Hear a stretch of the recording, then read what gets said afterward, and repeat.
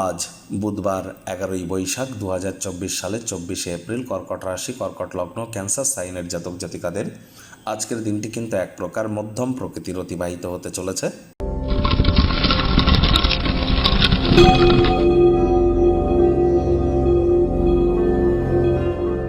ভিডিওটির শুরুতেই স্ক্রিনে আপনারা দেখতে পাচ্ছেন বুধ গ্রহের বীজ মন্ত্র ওম ব্রাং ব্রিং ব্রং স বুধায় নমঃ।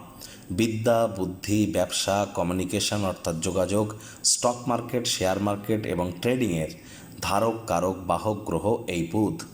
আর বুধকে মজবুত করবার জন্য বুধের বীজমন্ত্র সকাল দুপুর সন্ধ্যা 3 বেলায় 108 বার করে জপ করুন, অত্যন্ত উপকৃত হবেন।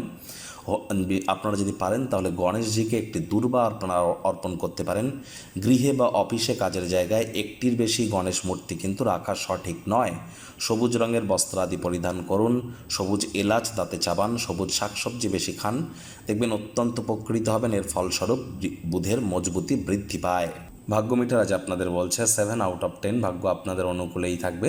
তবে স্বাস্থ্য, প্রেম, দাম্পত্য এই কয়েকটি ব্যাপারে আপনাদেরকে একটু সাবধানতা অবলম্বন করেই চলতে হবে। আজ কায়িক পরিশ্রমের কারণে শরীরে ক্লান্তি আপনারা অনুভব করতেই পারেন। ওজন বুঝে ভোজন গ্রহণ করুন, রাস্তাঘাটে সাবধানে গাড়ি ঘোড়া চালান। যারা হার্টের রোগী আছেন তাদের পক্ষে বলবো চা কফি যতটা এড়িয়ে চলবেন সেটি আপনাদের ক্ষেত্রে বেটার। অর্থগত ব্যাপারে আয় ইনকাম তো আজ আপনাদের বাড়বেই, তবে খরচও কিন্তু একটু বাড়তে চলেছে, যার কারণে সঞ্চয় ঘাটতি পড়তে পারে। নতুন উদ্যোগ পরিকল্পনার পাশাপাশি নতুন নির্মাণ কার্যের শুরুয়াত আজ করা যেতেই পারে, তবে তাড়াহুড়ো হটকারিতা একদমই কিন্তু নয়। চাকরিজীবী যারা আছেন তাদের অফিসের পরিবেশ এক প্রকার বেশ। বস কলিগদের সাথে ভাব ভালোবাসা বাড়বে, কর্মে গতি অনুভব করবেন। নিজের মেধা, দক্ষতা, ট্যালেন্টের দৌলতে প্রশংসার পাত্রপাত্রীও আজ আপনারা হতে চলেছেন। রাজনীতিবিদ যারা আছেন জনসংযোগ বৃদ্ধি করুন, সমাজে পপুলারিটিও আপনারা ইনক্রিজ করতে সক্ষম হবেন। শিক্ষার্থী বিদ্যার্থীদের পড়াশোনায় মনোযোগ আরও বৃদ্ধি করতে হবে।